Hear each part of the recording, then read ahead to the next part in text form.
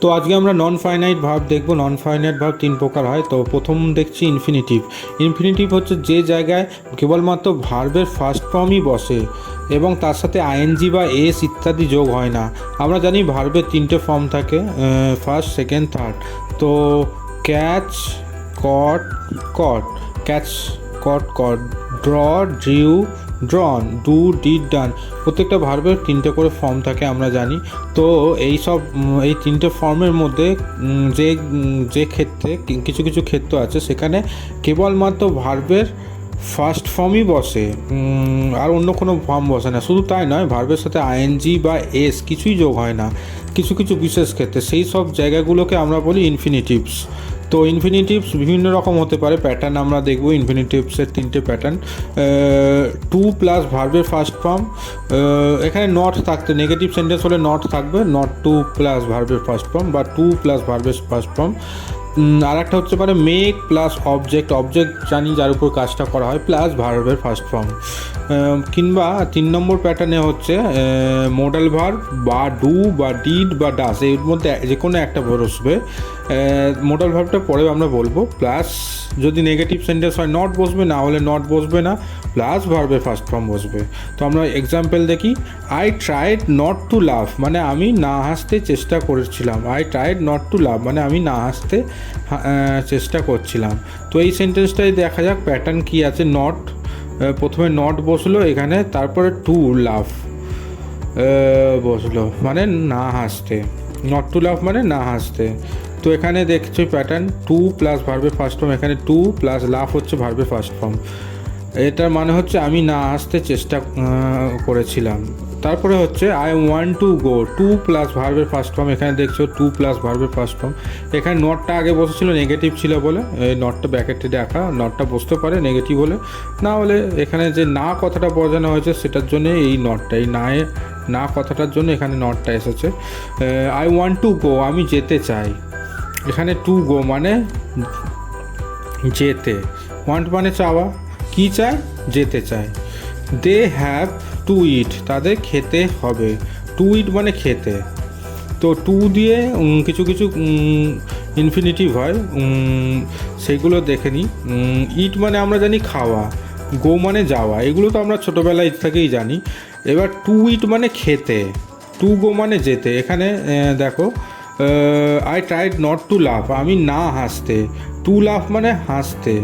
I want to গো, আমি যেতে চাই, গো মানে যাওয়া, টু গো মানে যেতে। দে হ্যাভ টু ইট, তাদের খেতে হবে। ইট মানে খাওয়া, কিন্তু টু ইট মানে খেতে, টু ইট মানে খেতে। এখানে আমরা জানি ইট মানে খাওয়া, গো মানে যাওয়া, কিন্তু টু ইট মানে খেতে, টু গো মানে যেতে। আবার যদি আগে নট জুড়ে দিই, নট টু ইট, টু ইট মানে খেতে, নট টু ইট মানে না খেতে, টু গো মানে যেতে, নট টু গো মানে না যেতে। কিন্তু ইট মানে যাওয়া, গো মানে ইট মানে খাওয়া, গো মানে যাওয়া, কিন্তু ইটের আগে টু বসিয়ে দিলে হয়ে যাবে টু ইট মানে খেতে, টু গো মানে যেতে, নট টু ইট মানে না খেতে, নট টু গো মানে না যেতে। তো গো মানে যাওয়া, টু গো মানে যেতে, নট টু ইট মানে না যেতে। তো এই রকম টু আর নট টুর প্যাটার্ন দিয়ে প্রচুর ইংরেজি সেন্টেন্স করতে তোমাদের প্রচুর সাহায্য লাগে, অনেক রকম সেন্টেন্স তোমরা করতে পারবে। এখানে যেমন I told him not to go, আমি তাকে না যেতে বললাম। তো এরকম ইনফিনিটিভ বিভিন্নভাবে ব্যবহার হয়, যেমন অক্সিলারি ভার্ব দিয়ে হয়, পসেসিভ ভার্ব দিয়ে হয়, ফাইনাইট ভার্ব দিয়ে হয়, অন্য কোনো ফাইনাইট ভার্ব দিয়ে হয়, নাউন হিসাবে ব্যবহার হয়, অ্যাডজেক্টিভ হিসাবে। এটা আমরা পরে তোমাদের সাথে আলোচনা করব। তো এবার দ্বিতীয় রকম প্যাটার্ন দেখি, পসেসিভ ভার্ব। পসেসিভ ভার্ব মানে হচ্ছে কোনো কিছু ঘটানো, নিজের কাউকে দিয়ে করানো, কাউকে দিয়ে কোনো কিছু করানো হলেই পসেসিভ ভার্ব হয়। তো লেট, এর প্যাটার্ন হলো লেট প্রথমে বসবে, তার বা মেক বসবে বা ডু। লেট, মেক বা ডু এদের মধ্যে যে কোনো একটা বসবে, তারপরে অবজেক্ট বসবে, তারপর অবজেক্ট মানে যাকে দিয়ে কাজটা করানো হবে, তারপরে ভার্বের ফার্স্ট ফর্ম। যেমন লাফ মানে আমরা জানি হাসা, কিন্তু আমরা যদি বলতে চাই সে আমাদের হাসায়, আমরা হাসি না, সে আমাদের হাসায়, এটা একটু অন্যরকম শোনাচ্ছে। কিন্তু এই রকম কঠিন বাক্যকে ইংরেজিতে করতে গেলে এই পসেসিভ ফরম্যাট লাগে। তো প্রথমে হি মানে কে হাসায়, সে মেক্স, এখানে মেক বসলো, মেক প্যাটার্ন অনুযায়ী আছে মেক, মেক বসলো, এটা এস যোগ হয়েছে কেন, প্রেজেন্ট ইনডিফিনাইট টেন্সে বলে। এটা তোমরা টেন্সের সময় বুঝতে পারবে যে মেকের সাথে কেন এস হয়েছে। তারপরে মেক বসলো, হি মেক, তারপর কাদের হাসায়, আমাদের হাসায়, আস লাভ। তো প্রথমে মেক, এখানে প্যাটার্ন দেখো, মেক, তারপর অবজেক্ট, কাদের হাসায়, আমাদের হাসায়, তারপরে ভার্বের ফার্স্ট ফর্ম লাভ মানে হাসি, হাসা। তো সে আমাদের হাসায়, হি মেক্স আস লাভ।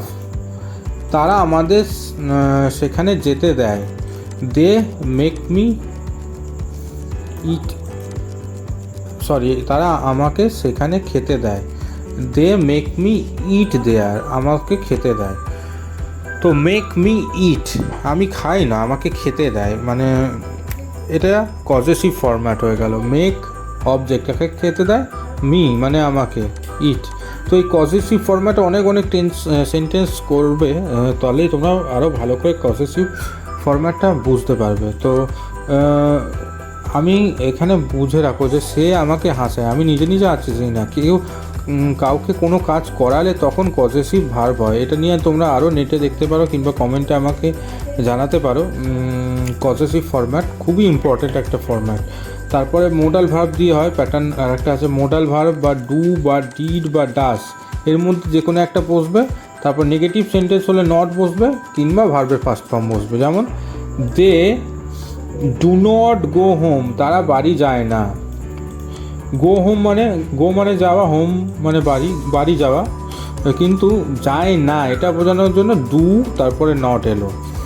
এবার কোথায় কোথায় ডু আসে, কোথায় কোথায় ডিড আসে, কোথায় কোথায় ডাজ আসে, এটা কিন্তু তোমরা এখানে ডু হলো, এখানে ডিড বা ডাজও হতে পারতো। তো এটা প্রেজেন্ট টেন্স আছে বলে ডু হলো। আর যেহেতু এটা দে আছে, থার্ড পারসন সিঙ্গুলার যদি সাবজেক্ট হতো তাহলে ডাজ হতো। এখানে যেহেতু থার্ড পারসন সিঙ্গুলার নয়, দে হচ্ছে থার্ড পারসন প্লুরাল, সেহেতু এখানে ডাস না হয়ে ডু হলো। দে শ্যাল কাম টুমরো, তারা কাল আসবে, আগামীকাল আসবে। তো এখানে শ্যাল বসছে, শ্যাল হচ্ছে একটা মোডাল ভার্ব, তারপরে কামটা হচ্ছে ভার্বের ফার্স্ট ফর্ম। এখানে কেবলমাত্র ভার্বের ফার্স্ট ফর্মই বসবে, ওই জন্য এটাকেও ইনফিনিটিভ বলা যায়। তারপরে হচ্ছে ইনফিনিটিভ কাজ হয়ে গেল, যেখানে যেখানে ভার্বের ফার্স্ট ফর্মই বসে সেইগুলোকে ইনফিনিটিভ বলে। তো এবার আমরা দেখি প্রেজেন্ট পার্টিসিপেল কাকে বলে। প্রেজেন্ট পার্টিসিপেল হলো ভার্বের সাথে আইএনজি যোগ হয় যখন সেটা অ্যাডজেক্টিভের মতো কাজ করবে। তো আমরা অ্যাডজেক্টিভ জানি কোনো নাউন বা প্রোনাউনের সম্বন্ধে বলে অ্যাডজেক্টিভ, যেমন ডুইং, ইটিং, ড্রিঙ্কিং এগুলো। হি ওয়াজ ড্যান্সিং, এখানে তিনি নাচছিলেন, এখানে ড্যান্সিংটা হচ্ছে present participle. The baby is ক্রাইংটা শিশুটি কাঁদছে, এটা হচ্ছে পার্টিসিপেল। প্রোগ্রেসিভ বা কন্টিনিউয়াস টেন্সে প্রেজেন্ট পার্টিসিপেল ইউজ হয়। তো আরও অনেকভাবে ইউজ হতে পারে, যেমন I have a burning desire হচ্ছে নাউন, ডিজায়ার মানে ইচ্ছা, ডিজায়ার হচ্ছে নাউন। কেমন ইচ্ছা, বার্নিং মানে প্রবল, বার্নিং মানে হচ্ছে জ্বলন্ত বা প্রবল ইচ্ছা। কেমন ইচ্ছা, প্রবল বা জ্বলন্ত। India is a developing country মানে দেশ, ওটা হচ্ছে নাউন। কেমন দেশ, ডেভেলপিং মানে উন্নয়নশীল, উন্নতি হচ্ছে যে দেশে। তো বার্ন মানে আমরা জানি বার্নটা হচ্ছে ভার্ব জ্বলা, ডেভেলপ মানে উন্নতি করা, কিন্তু ওর সাথে আইএনজি যোগ হয়ে ওগুলো অ্যাডজেক্টিভ হয়ে গেল। বার্নিং মানে জ্বলন্ত, ডেভেলপিং মানে উন্নয়নশীল।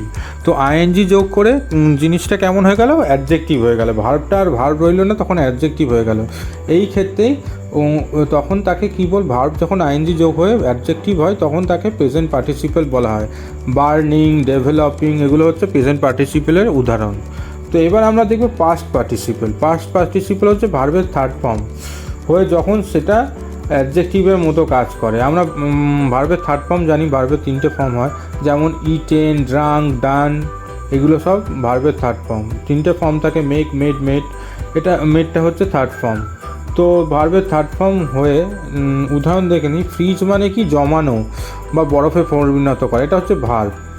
ফ্রিজ মানে হচ্ছে জমানো বা বরফে পরিণত করা। কিন্তু এখানে আমরা বলছি দিস ইজ ফ্রোজেন মিল্ক, এটা একটি হিমায়িত দুধ মানে জমে গেছে। ফ্রোজেন মানে যেটা জমে গেছে, হিমায়িত। ফ্রিজ মানে কিন্তু বরফ জমানো, আর ফ্রোজেন মানে জমে গেছে, হিমায়িত। ফ্রোজেন মিল্ক হচ্ছে নাউন, কেমন মিল্ক? Frozen milk. মিল্ক মানে দুধ, হিমায়িত দুধ। তাহলে এটা নাউনের সম্বন্ধে বলছে, অ্যাডজেক্টিভ হয়ে গেল। তো এবার দেখলাম যে ভার্বের থার্ড ফর্ম করে যখন অ্যাডজেক্টিভ হয় তখন তাকে কি বলে? তখন তাকে বলে আমরা বলি পাস্ট পার্টিসিপেল। তো এবার দেখলাম যে it is a broken glass. Break মানে ভাঙা, it is a broken glass মানে হচ্ছে এটি একটি ভাঙা গ্লাস। ব্রেক মানে আমরা জানি ভাঙা, কিন্তু ব্রোকেন গ্লাস মানে হচ্ছে গ্লাসটা কেমন? ভাঙা, ব্রোকেন। গ্লাসের সম্বন্ধে বলছে, তো এটা হয়ে গেল। এখন ব্রোকেনটা হয়ে গেল অ্যাডজেক্টিভ। যদিও বাংলাতে ব্রেক আর ব্রোকেন দুটো মানেই ভাঙা, কিন্তু ইংরেজিতে ব্রেকটা হচ্ছে ভার্ব আর ব্রোকেনটা হচ্ছে ভার্বের থার্ড ফর্ম হয়ে অ্যাডজেক্টিভ, অর্থাৎ সাধারণ ভার্ব না হয় এটা পাস্ট পার্টিসিপেল হয়ে গেল। এবার আমরা জানবো জিরান্ড। জিরান্ড আর কিছুই নয়, ভার্বের সাথে আইএনজি যোগ হয়ে নাউন হচ্ছে।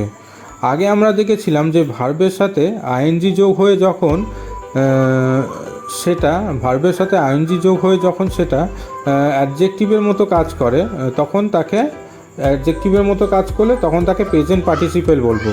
কিন্তু যখন ভার্বের সাথে আইএনজি যোগ হয়ে নাউনের মতো ব্যবহার হয় তখন তাকে প্রেজেন্ট পার্টিসিপেল না বলে সেটাকে আমরা জিরান্ড বলবো। আগেরটা ছিল অ্যাডজেক্টিভ, এটা হচ্ছে নাউন। ওয়াকিং, সুইমিং, রানিং এগুলো যখন অ্যাডজেক্টিভ হিসাবে ব্যবহার হয় তখন এগুলো হয়ে যায় প্রেজেন্ট পার্টিসিপেল। তো কিন্তু যখন এগুলো আমরা নাউন হিসাবে ব্যবহার করি তখন এগুলো হয়েছে জিরান্ড। মানে ওয়াক মানে হাঁটা, একটা কাজ করা। কিন্তু হি ওয়াক্স এভরিডে, সে রোজ হাঁটে, এটা একটা কাজ করা বোঝাচ্ছে। Walking is good for health. হাঁটাটা কি? এখানে হাঁটাটা কোনো কাজ করা নয়, হাঁটা একটা কাজের নাম বোঝাচ্ছে। Walking is good for health, তখন এটা হয়ে যাচ্ছে নাউন, স্বাস্থ্যের জন্য হাঁটা ভালো। তো এখানে দেখছি যে ওয়াকের সাথে আইএনজি যোগ করে এটা নাউন হয়ে যাচ্ছে। স্মোক মানে ধূমপান করা একটা কাজ, কিন্তু স্মোকিংটা কাজ করা নয়, স্মোকিং একটা কাজের নাম। Smoking is bad for health, ধূমপান স্বাস্থ্যের জন্য ক্ষতিকারক। তো এখানে দেখা যাচ্ছে ধূমপান এটা হচ্ছে অ্যাবস্ট্রাক্ট নাউন। ধূমপান একটা কাজ যেটা কেউ কেউ করে, এখানে নাউন হয়ে যাচ্ছে। Smoking is bad for health. তো এখানে দেখি সুইম মানে সাঁতার কাটা, একটা কাজ, কিন্তু সি লাইক সুইমিং, সে সাঁতার পছন্দ করে। সুইম মানে হচ্ছে সাঁতার কাটা, কিন্তু সুইমিংটা হলো সাঁতার কাটা নয়, সুইমিং হয়ে গেল সাঁতার। তো সুইমিংটা হয়ে গেল নাউন। তো সুইমিং কিসের নাম? একটা কাজের নাম। সাঁতার কাটার কাজটাকেই আমরা সুইমিং বলি। তো সুইম মানে সাঁতার কাটা, এটা হচ্ছে ভার্ব, আর সুইমিংটা হয়ে গেল নাউন।